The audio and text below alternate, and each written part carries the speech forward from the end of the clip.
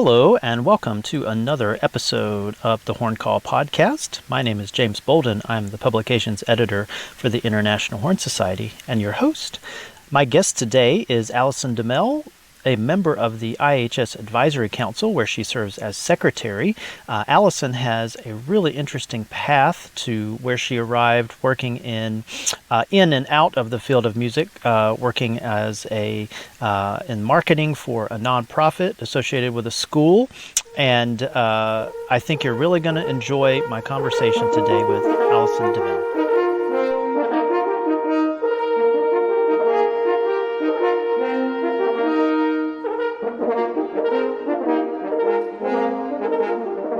So, thanks again, Allison, for chatting with me today. So, I thought it really varies with podcast guests, and I never want to assume like someone's super well known or not well known. And we'll just kind of start with you giving a brief introduction to yourself and talking a little bit about what you're doing right now professionally, with or without the horn, with or without music. I think it's really interesting, the intersection between the arts and all kinds of other fields. So as much or as little of that as you want to chat about, and then we'll kind of wind that back around to how you arrived at being on the advisory council for the International Horn Society, which I think is really amazing and really cool. So start with wherever you want to start, and we'll kind of go from there.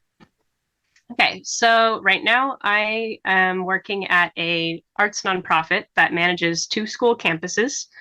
And so I actually work in marketing, and I kind of arrived at marketing as fields basically through my undergraduate degree.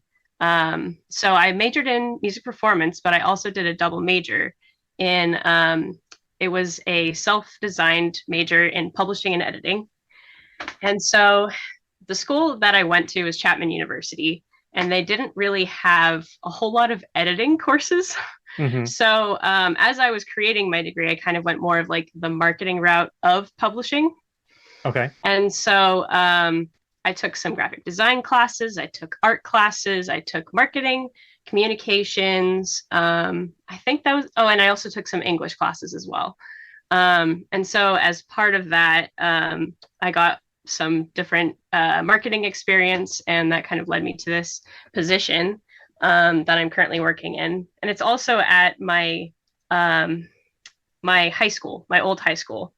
So I'm an alumni working for this nonprofit that manages my old high school, basically.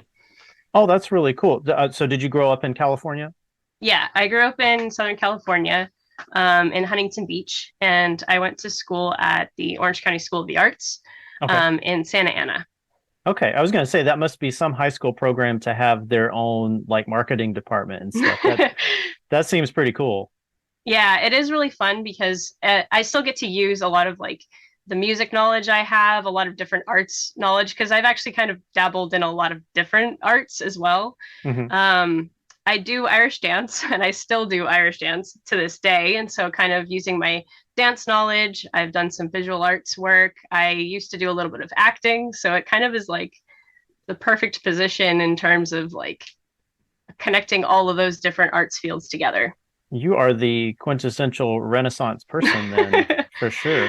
So, well, we don't have to get too far into the weeds on this unless you just want to, but that's really interesting to me about having a self-designed degree along with the music performance degree. Tell me how you kind of arrived at that decision, because I think, a lot of college students, and I'm no different when I was in college a long time ago, but I remember not having a real clear idea of, I knew I wanted to do something with music and I wanted to play the horn. And I think that was about it, like my freshman year of college. And, as you go through, you start to see older students and look at and find, mentors in the field and start to get a better handle on what kind of work you might want to do. But it's a lot of it, especially at the undergrad level, is very kind of like nebulous, up in the air. But I think that's a really great idea that you came up with there to sort of create your own degree. How did that come about? That is a bit of a story, but well, that's why we're here. Yes, exactly. But so when I was in high school, I went to an arts high school, as I just said, but so this through this arts high school, I got a lot of different experience through music. And I pretty much knew since my sophomore year that I wanted to do something in like opera was kind of what I was thinking. Hmm. And so I was growing up, I definitely was the kind of person where I kind of decided on a path and I went down that road as long as I could until I found something that maybe changed my mind or kind of veered off a little bit. Hmm. So when I was a senior in high school, this actually is how I got connected with the International Horn Society. Hmm. Um, I applied for an award. I applied for the Paul Manser Award, Ah, yeah. and I ended up winning that for it was like the under 18 category. And Okay. so the symposium that year was in London. So I, of course, had to go to London because I won this award, which was That's very awesome. convenient. Yeah. And so, uh, and when I was there, I learned about Jan Baloo and his mutes and all of what he was doing with horn making and all of that. And I was really inspired by that. So when I was really looking at different undergraduate universities, I really wanted to do something with engineering and music. Okay. And it turns out that basically no university will let you do that They're both pretty because demanding degrees. Yeah. because of the number of credits, it would take Yeah. you 6 years or more, was what I was told Yeah. by pretty much every school except for University of California, Irvine would let me, UCI. And Hmm. then um, the other was Vanderbilt was one of the universities that I got into, but they weren't necessarily like super sure that I could do it or not, or what they felt like they would allow. This is Vanderbilt Um, University in Tennessee. Yeah. yes, and Nashville. Yeah. yeah, but with Chapman, they had it was a 4+1 program available, which was like it was an engineering program at UCI, but I would also get a math degree at Chapman.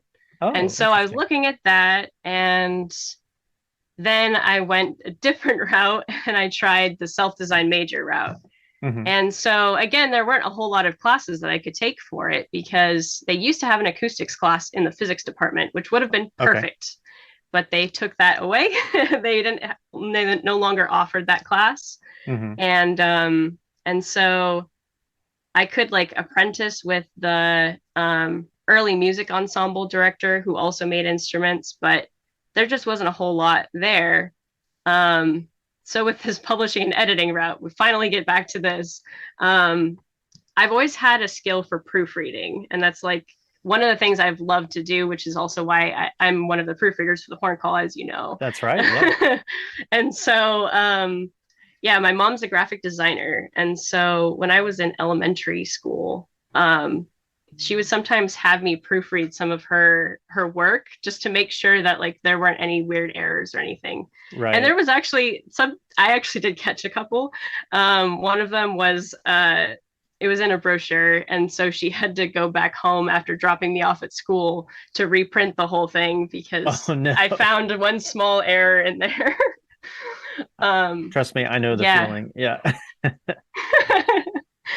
um, so yeah, I looked into this publishing and editing option to try to create it. So I had to choose an advisor for it.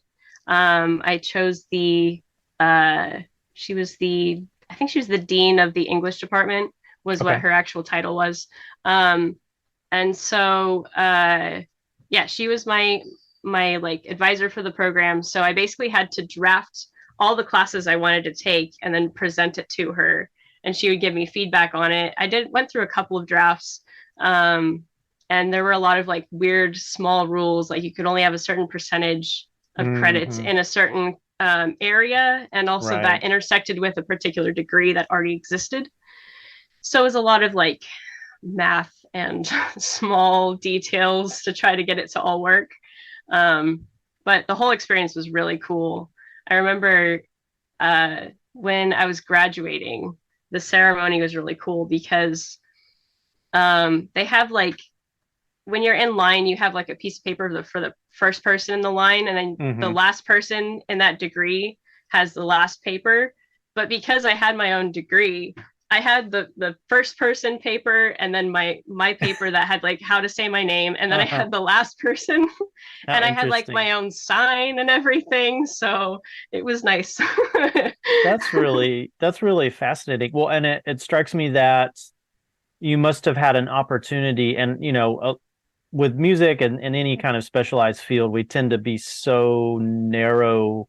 Our focus tends to be so narrow, and even at like a large university, you might only get to see a slice of what being at that university is like, and only see, you would only see your friends that are music majors, especially at the graduate level and even at an undergraduate level.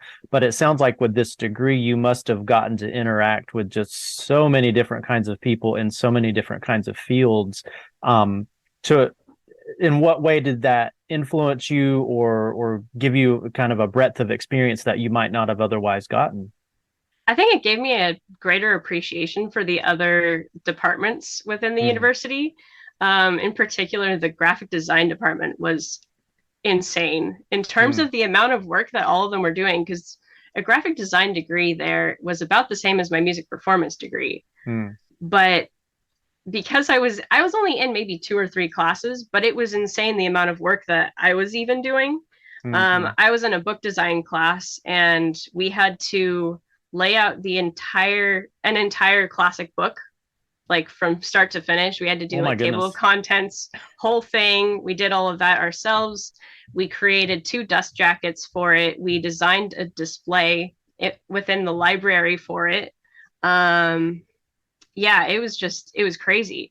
And not only that, like beyond the digital work that you were doing, you were expected to like not for the layout of the book, but for other projects, you had to create it all yourself. Like you had to print it out, cut it out. If we were creating like there's another project that I did that was an annual report. Mm. And so I had like die cuts in it. I had like all these different like special techniques for the paper basically for Oh, okay. how it was put together. And so I had to like take an X-Acto knife and like create a little window of like the logo of the company that I was doing the annual Oh, report wow. for, all So these this things. It wasn't like was strictly digital or anything, I guess. you usually it was like you create it digitally, and Hmm. then a lot of projects we had to put them together physically, so we had to print them Oh, out, we had to glue things together, we had to use X-Acto knives to get super straight lines, and we were judged on how straight our lines was. It's kind of like Great British Bake Off, like that kind of feel when wow. when you're getting like critiques and everything like that. That's kind of how it felt. That's real interesting. And so this whole time you're taking horn lessons and music theory as well and playing in ensembles and that the normal music major kind of stuff.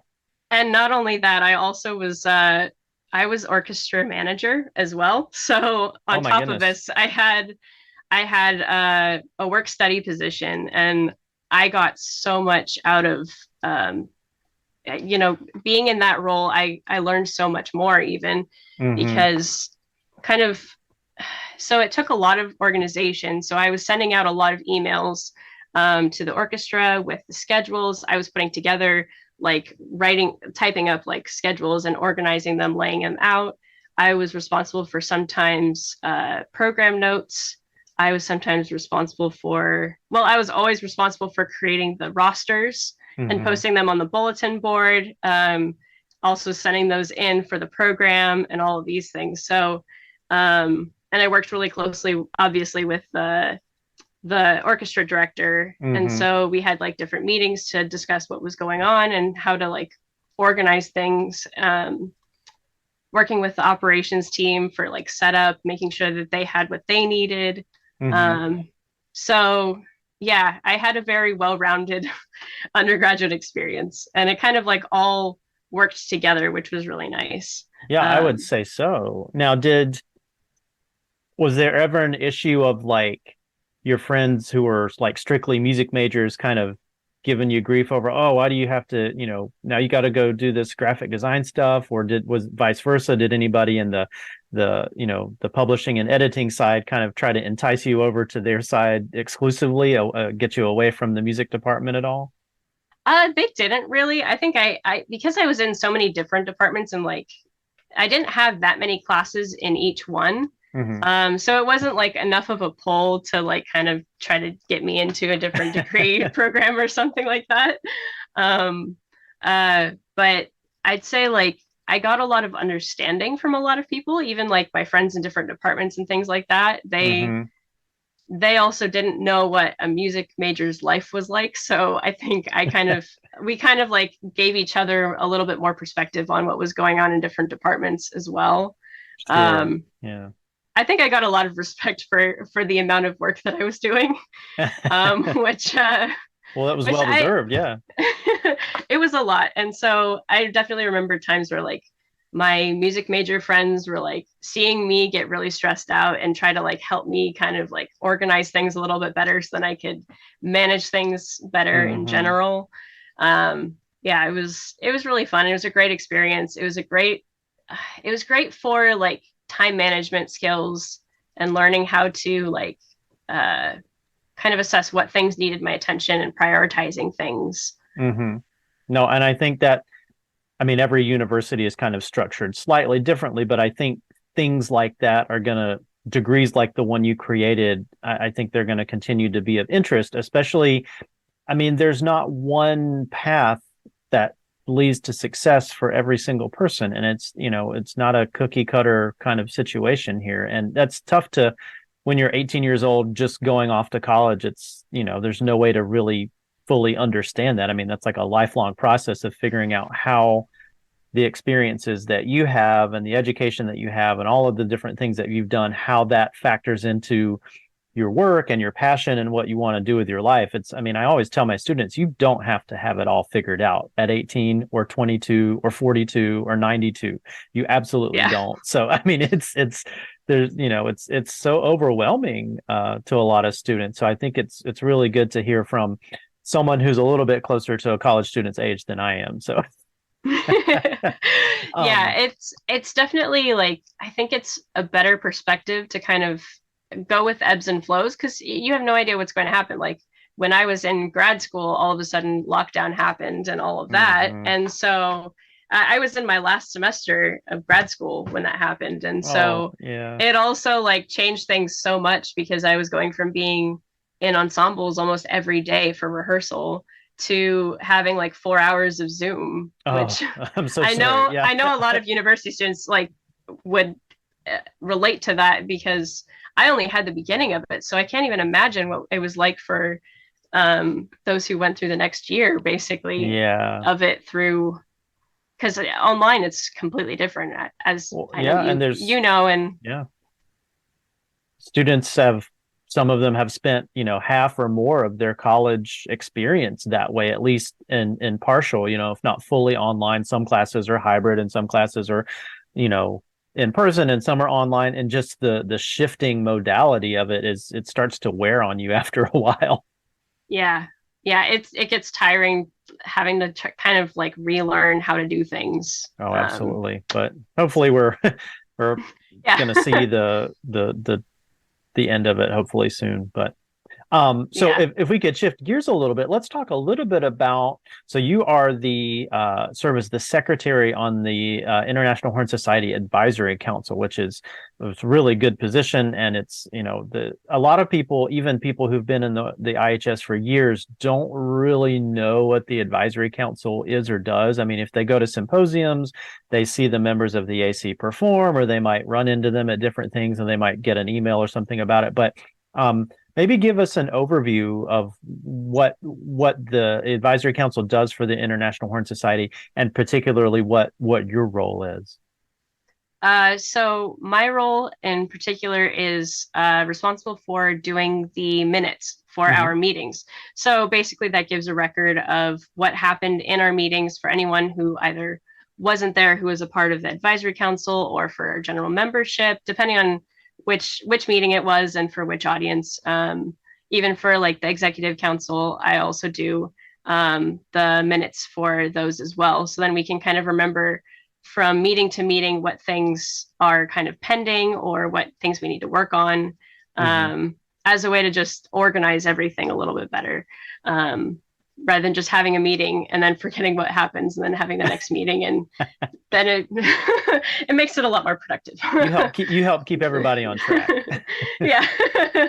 Because I will say it's a very diverse group of people. It's an international, body of horn players and teachers and people involved in the musical world, just from all over the place. Yeah, and definitely different perspectives really help on like whenever a topic comes up, it's nice to hear different perspectives from other countries and other cultures as well, just to kind of get a different perspective on it. And I think it helps us make better decisions in general, things that Mhm. will benefit our entire membership rather than just either the US or just a small portion of it. Um, yeah, it does make it interesting for scheduling because we have so Oh many time gosh, zones. yeah. Yeah, I got really used to like going to the websites that just convert like my time zone to whatever time zone, all of that kind of stuff. No, that is very true. Trying to collaborate and get all of that done. Um, Yeah, it's lots of doodle polls to try to find the best commonality in terms of times to meet and everything. yeah, everybody's favorite doodle polls. Yeah. No, but I imagine all of your experiences and having, worked with people in different disciplines and different areas, that probably helps in being able to collaborate with the other members of the advisory council. Yeah, definitely. And I think also like in terms of the minutes and taking those notes for the meetings, Hmm. it's really helped the background that I've had. Either the publishing and editing experience, a lot of the things I learned in graphic design helps me like write it clearer so then people like can read it better. So Hmm. it's a little bit clearer to read. Yeah, yeah, that makes perfect sense. And I always ask, I've had the fortune to get to talk to people who have done similar things to you, that have bridged different experiences and different kinds of expertise, both musical and non-musical. And I always ask them, so the first part of the question is, what what did you learn from your non-musical education that you were able to apply successfully as a musician? Or the other way to think about that is things you learned in your graphic design and editing and publishing um, experiences that you were able to take from and use as a horn player or a musician, and then vice versa, things as a trained musician that you found helpful to you working in another field. Yeah, I think organization is definitely up there because a lot of the way I think a lot of people think of graphic design as just like the visual part of it in terms of like illustrating and logo Mm-hmm. design and things like that. But there's a whole other layer to it. When I had to like do that, the project that I described before, where I had to lay out a book from start to finish, Mm-hmm.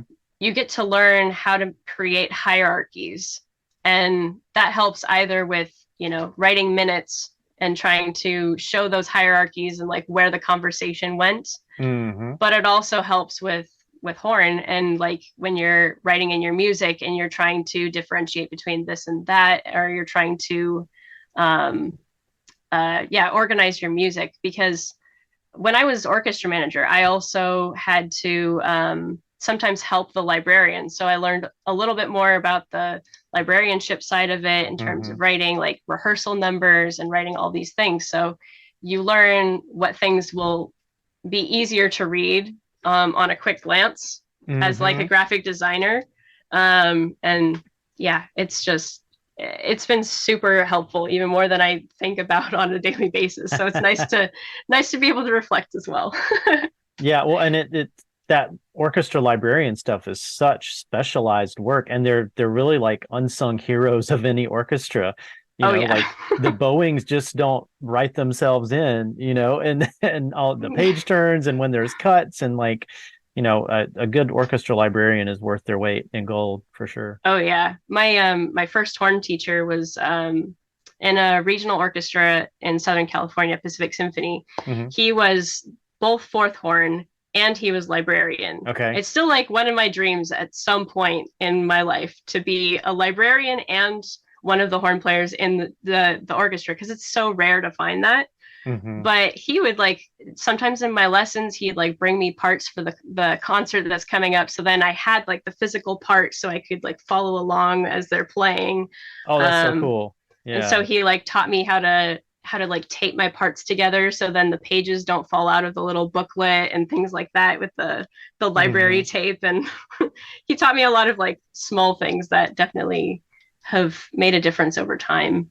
Hmm. That's really cool. So, what kind of you said you work in the marketing for this arts high school. What kind of work does that involve? You mentioned you interact with, all of the different, areas there, music as well as other things, but what kinds of stuff would that involve? So I do a lot of their email campaigns. Okay. And so it's a combination of like writing emails Hmm. and also designing them through our email system. So it's not a lot of design, but you do learn to like figure out the hierarchies and things like that, as I was talking about Hmm. before. And So definitely my experience with like proofreading things comes in handy there all the time.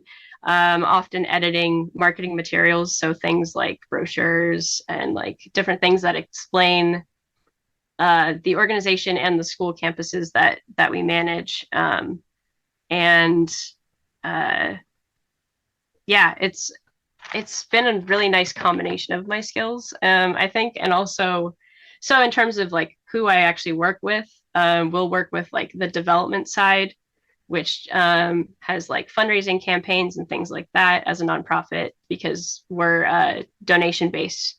They're donation based schools basically, Oh, and okay. so they have like public funding for the like school portion of it, but all of the arts stuff is all donation based. Okay. And so through that, we have like different fundraising efforts and campaigns that happen periodically through the year. And so writing emails for that and working with the development side on any details, basically. And then we work with the conservatory directors sometimes as well. Like this last year, we did a program for the Orange County School of the Arts had their 35th anniversary. And so we had a big concert celebrating that. And so we worked with some of the conservatory directors on like putting things in the program and organizing them. Um, yeah, so it's it has a good variety of things that I work on. Well, I imagine it keeps you busy. Yes, of course. Um, no, and that's one of the things that, and I've talked about this with other folks on the podcast before. As performers, sometimes we have these blinders on of like, okay, I've got to learn my part, I've got to, get these rehearsals and stuff. But there's this whole other side to the arts world, and in any organization or any endeavor, the marketing and crafting a message and getting people interested and informed about what you do, that's as important as having a great product, whatever that is, a performance or, whatever thing it is you're doing. If no one knows about it and if they don't know where it is and when they're supposed to go and how to get tickets and where the website is, then all that work you put in preparing it is diminished without having the other side of it. Yeah, definitely. Yeah. And I think it helps also kind of so our marketing department works with the public relations department, which does a lot Mm-hmm. of like our social media. So oftentimes things like kind of intersect or we work together on different projects. And seeing kind of what they do kind of changes the way you see like just any kind of social media that you're looking at, because then you kind of get like a glimpse into what that world is for other organizations and things like that. Mm-hmm. Even my work on emails, like sometimes I'm going through my emails, different like companies and things like that are trying to get me to buy whatever. Yeah. It changes the way that you look at it, because then you're like, oh, I think I know what email system you used, and now I'm like Mm-hmm. looking at, oh, I think I know how you created that. That's really cool. And then you kind of get ideas from different places from that kind of experience and that lens that you're looking at things. Yeah, and I think, that kind of education, like what you created for yourself at Chapman, is going to continue to be something that we have to try to integrate that more into not just music education, but all arts education, because we're going to have to, in an era of like you can't necessarily count on full support from one place anymore if that was ever the case. I mean, funding is always a combination of different sources, grants and donations and all different kinds of stuff. And I just it's a completely, separate world than what you learn in like music theory or piano class, but it's just as important how arts organizations actually are run. Yeah, and one of the classes I took as part of my music performance degree, I took business of music, and that was a really cool class because we basically had a different guest speaker every week, and so we would take notes and we would like talk about what we learned from hearing different people from different arts fields just talk about what they do and how they integrate music with something that isn't necessarily like full performance or things like that. Uh-huh. Or like audio engineers, we talked to. There were performers, there were people who had like different arts nonprofits. And so that was also really interesting to hear because you don't necessarily, like when you're in high school, you don't hear about what an audio engineer's life is like or what Right. their job is like. Mm-hmm. There are a lot of things that aren't really touched on. Even when I went to an arts high school, I didn't necessarily hear about audio engineers and like different fields within the arts, like an orchestra manager, like Mm-hmm. an orchestra librarian. I didn't really get that close of a glimpse into it. Yeah, Um, it's all kind of going on behind the scenes. Yeah. mm-hmm. Speaking And of so business, oh, sorry, go ahead. I didn't mean to cut you off. that's okay. I was going to say that I wish universities would integrate more social media marketing within their Mm-hmm. programs because it's also becoming such a huge part of um, being a musician in this day and age because that's really where you're promoting yourself. Whereas before, like a lot of the time, it was like, business cards or word of mouth or things like that. But this is another tool to put in your pocket and in your tool belt, basically, Oh yeah. to Yeah. to utilize. And especially, I think during lockdown, because there were so many things that were online for obvious reasons, and that was really where people were continuing to play and showcase what they were doing. Mm-hmm. Gosh, it's funny. Who knows what the internet or YouTube or anything is going to look like in 100 years, but that digital content that's out there, I have a feeling it's just going to continue to be out there. It's going to be backed up on some server somewhere. But what a snapshot of such an interesting and pivotal time in our history. Like, so at the end of 2019, like there might have been a few of those like split screen videos out there just for kind of, you know, an experiment basically, but no one really took much notice of them. Q like starting in late March 2020 up until today, and just those places like YouTube and stuff, they're just full of all of those split screen and multi-track things, and they're sort of starting to taper off now that live performances have come back, but they're still out there. They're still up there. You come across them in searches all the time. So that's a historical document, if you will, of this is what happened because of, in part, all the Yeah, isolation people were feeling. So I think in terms of social history, that's going to be kind of cool. yeah, and even today you can still see like the 100 days of practice, 100 days of whatever Uh-huh. arts discipline. You still see it. I literally was just looking at it yesterday, Yeah. and Yeah. you've got everyone who created practice accounts during lockdown and everything like that. I know I had a lot of friends who were doing that as well. Hmm. So yeah, No, I support the all that. evidence is And still there. no, I support all of that. And it's like, it's social media is a tool just like anything. I mean, it's like, is the internet good or is the internet bad? It depends on how you use it. So, Oh yeah, it's all about intention. I was actually, yeah. yeah, I was just talking about this the other day too. Because so much of the internet could just be like time wasted, just like doom scrolling and all of Yep. that. But Yep. like if you have an intention behind it, you can like learn different things, you can get new ideas. There's Hmm. so much, yeah, there it can be used for good or bad. So it Yeah. just depends on, yeah, your intention and your purpose behind it. That's kind of how I look at it, at Yeah, least. I get a lot of inspiration from seeing what other people are doing, or I might hear about a new piece that I didn't know about, or a composer that I didn't know about. So I mean, I'm not immune to like the feeling like, oh gosh, look at all the amazing things everyone else is doing. And then I have to realize, like, okay, this is curated. Like, people don't necessarily share every trial and tribulation on social media. You're really only seeing like maybe the best of what they're doing. And so it tends to start to feel like, oh gosh, everyone else is doing so many amazing things. And what am I doing sitting here scrolling? But it's not really the case. They're looking at yours feeling the same way, perhaps, or, so I think you have Mhm. to, especially for younger students, it can be easy to kind of fall into that trap of like always comparing yourself to others. So I think as long as you go into it knowing, like you said, the intention behind, okay, I'm looking for new pieces, or I'm trying to find out about this person's, musical career that I didn't know about. So, having Yeah. having a positive intention behind it makes all the difference. Yeah, so much of what we see is only the highlight or the Hmm. final cut, basically. Yeah. Yeah. So, Yeah. yeah. It's like airbrushing on a photo or something. It's like that's not really what somebody looks like. Yeah, You're I seeing remember. the idealized version. Yeah, I remember when I was even in grad school at that beginning of lockdown, I found it kind of frustrating because I was like seeing so many people posting different things, and I'm like, oh, I keep like doing different takes, and I keep missing like that one note, and it's Hmm. it's kind of that same thought of like you just don't hear all of their other cuts Yeah, of they might have whatever had they to were do a recording. hundred takes to get that.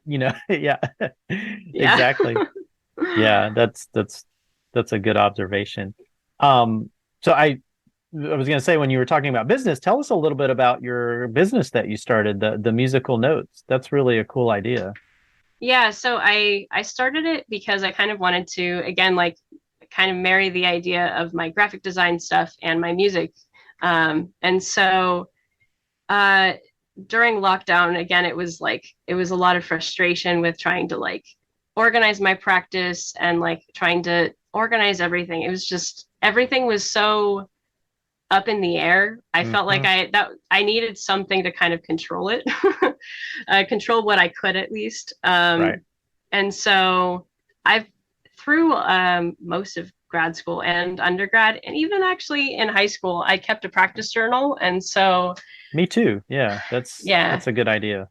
I've had a lot of different iterations of things that I've done and things that I've tried, like different systems or different methods of how I organize my practice. And so I kind of wanted to like whittle it down. I created a practice journal that I ended up putting on Etsy um, to kind of show that and like share that with other people if they wanted to test it out.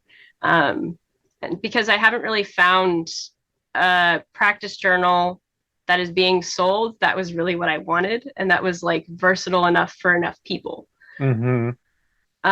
Because there are a lot of them out there that are really geared towards like elementary school or middle school students.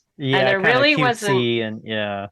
yeah, or they're like too, almost too structured.